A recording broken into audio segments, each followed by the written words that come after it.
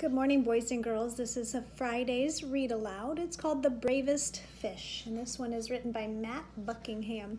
I hope you've enjoyed our Ocean Week this week, and you've been reading those poems and practicing those sight words in the little booklet. Reading those some and come were our words. Also hope that you've been looking for blends and chunks and words. There's an SH, BR. You'll see lots of them hiding while we read. Boys and girls, if you have a connection with any of this, we've had to be a little bit brave this week during this whole virus. So if you see connections, make sure you're making those connections symbols at home with mom and dad. All right, The Bravest Fish by Matt Buckingham. Far below the waves, a little fish named Stanley lived with his school. They were the brightest, sparkliest fish in the whole deep, dark sea. One morning, Stanley woke up a little late. "It's me, hello," he called to his friends, but the reef was strangely quiet. Suddenly, Stanley remembered that today was the day his school swam to cooler waters for the summer. "Jumping jellyfish!" he groaned. He hurried to the meeting point as fast as his little fins could carry him. But no one was there. As he looked around, he saw a bright light. "Aha! They haven't gone far," he said, and he raced toward the glow.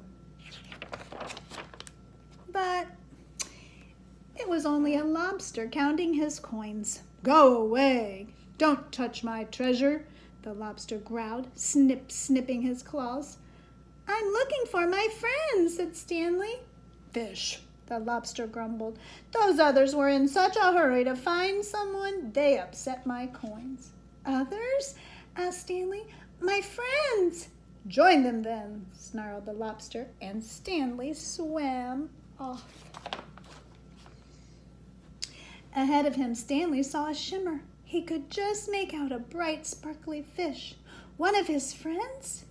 "Hello, it's me," he called, swimming faster. Clunk!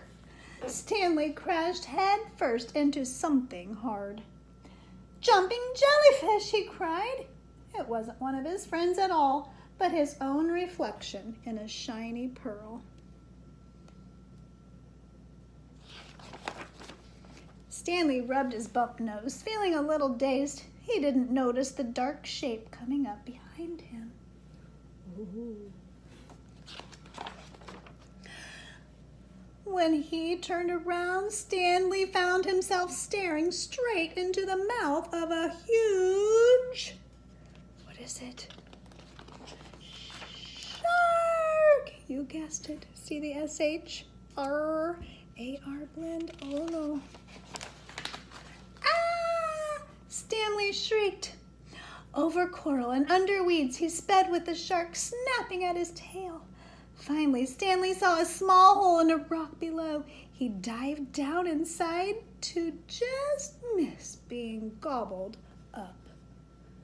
Whew. Deep within the ocean, Stanley shivered and shook. He felt sad and lonely. He was beginning to think that he'd never see his friends again.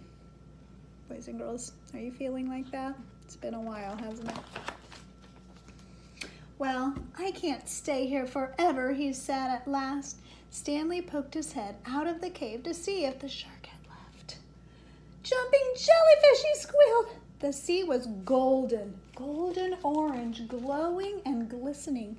It was the most wonderful sight he had ever seen, because there, in front of him, were his friends.